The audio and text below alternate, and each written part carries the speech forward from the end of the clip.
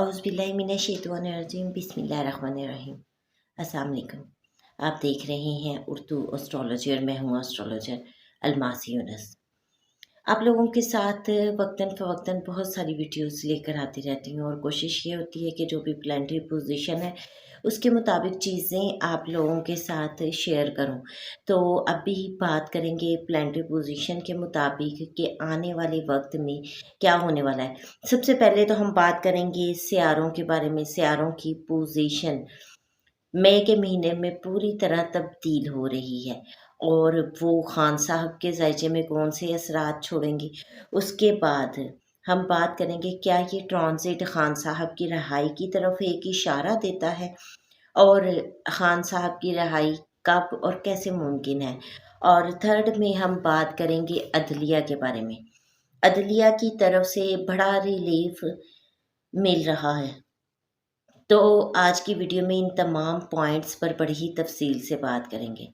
उससे पहले मैं आप लोगों को बताती चलूँ, अगर आप लोग मेरे चैनल पर न्यू हैं तो सबसे पहले चैनल को सब्सक्राइब कर लें और बेल आइकन को प्रेस कर दें ताकि मेरी आने वाली वीडियोस के नोटिफिकेशन आप लोगों को रिसीव हो सकें।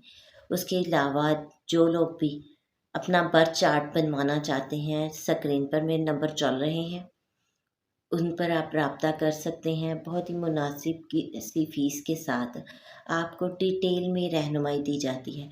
आपको किसी किस्म का भी कोई इशू है उसके बारे में गाइड किया जाता है, उसकी रेमेडीज़ बताई जाती हैं, वज़ाइफ और सदक़ात बताए जाते हैं जिनसे आपके प्रॉब्लम बहुत ही आसानी से हल हो जाते हैं। तो बढ़ते हैं आज की वीडियो की तरफ।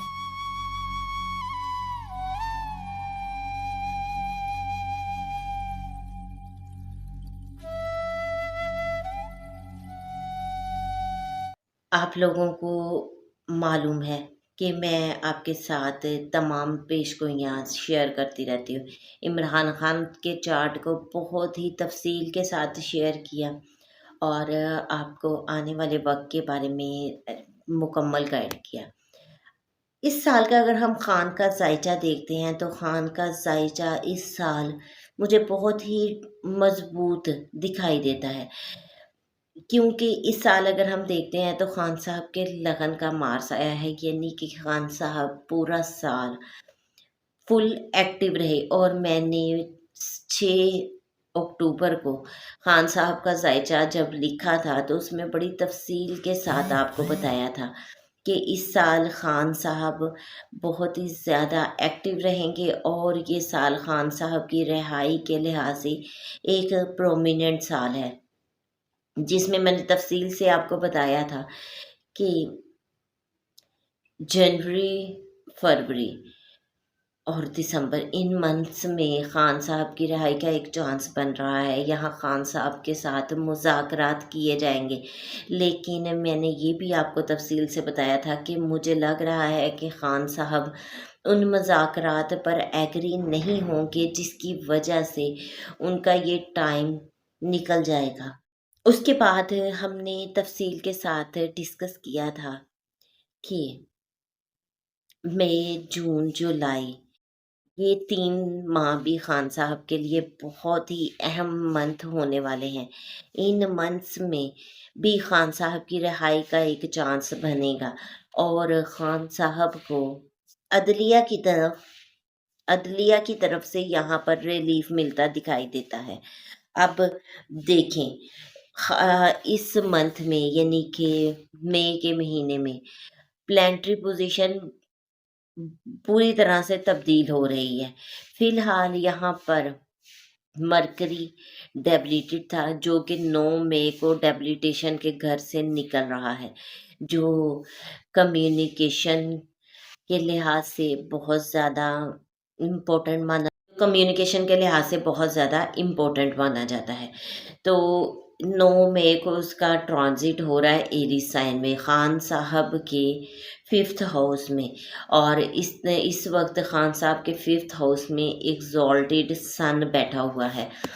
एग्जॉल्टेड सन उनके नेटल के जुपिटर और मून के ऊपर आया हुआ है, जो कि उनके लिए बहुत ही ज़्यादा फेवरेबल है। लेकिन आप मेरी वो पेश गोई भी याद रखें जब मैंने आपको बताया था अप्रैल और मई का महीना 29 मार्च से 29 मई तक सैटर्न पर राहु का ट्रांजिट खान साहब के लिए बहुत ही ज़्यादा डिस्टर्बेंस वाला हो सकता है।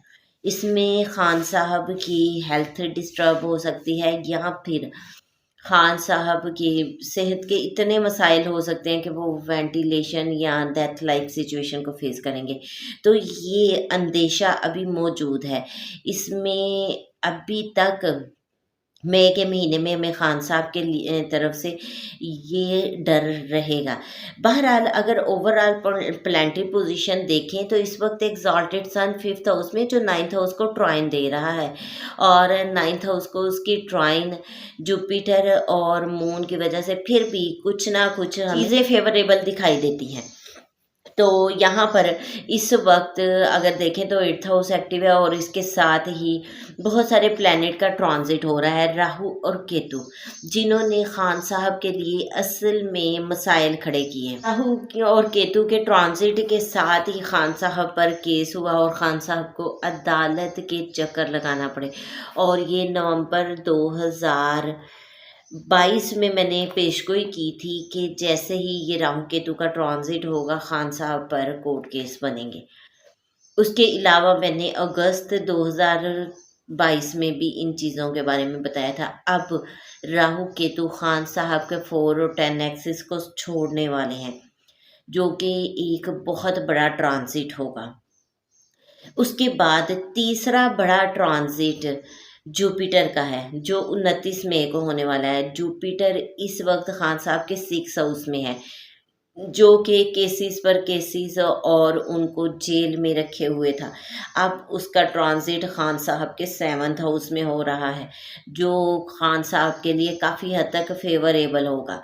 तो इस तरह से मई के महीने के ये 3 ट्रांजिट खान साहब के लिए बहुत ही ज़्यादा फेवरेबल साबित होंगे।